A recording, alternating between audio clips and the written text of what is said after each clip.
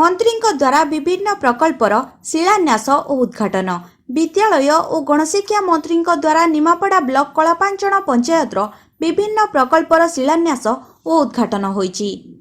Nimapada press club पक्षर आयोजित बंधु मिलन समारोह रे मंत्री जोगदे प्रेस क्लब सभासभ्य मानकु कहिले जे सांबादिक माने हेउचंती गणतंत्रर चतुर्थ स्तंभ, सेमानक सह लोकप्रतिनिधि मानकर सुसंपर्क रहिबा उचित बोली कहिथिले। कलापांचन पंचायत को आसीबा समय रे चारिछक ठारे थिबा निगमानंद महिला महाविद्यालय को अचानक प्रवेश करी 88 जन अध्यापक और कर्मचारी अनुपस्थित थिबा देखि क्षोभ प्रकाश करी समस्तंकर एक दिनर दरमा बंद करी समस्तंकु कारण दर्शाओ नोटिस जारी करबाकू निर्देश देइथिबा जणा पड़िछि।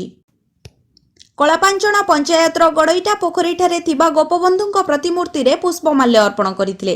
ट्रस्टर सभापति अर्जुन पात्र, सुभाष जेना समेत महिला कर्मी माने उपस्थित थिबा बेले सभानेत्री सस्मिता पात्र मंत्री को संबर्धित करथिले।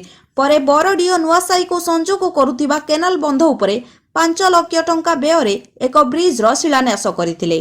एहीपरि जागुलाई कोठाघर उद्घाटन, बरडीओ स्कूल गृहर शिलान्यास, मालसाहीर मां मंगला कोठाघर उद्घाटन करथिले। उक्त साही को एक सबुदिनिया रास्ता पाई ग्रामवासी माने मंत्री निकटरे दाबी करथिले।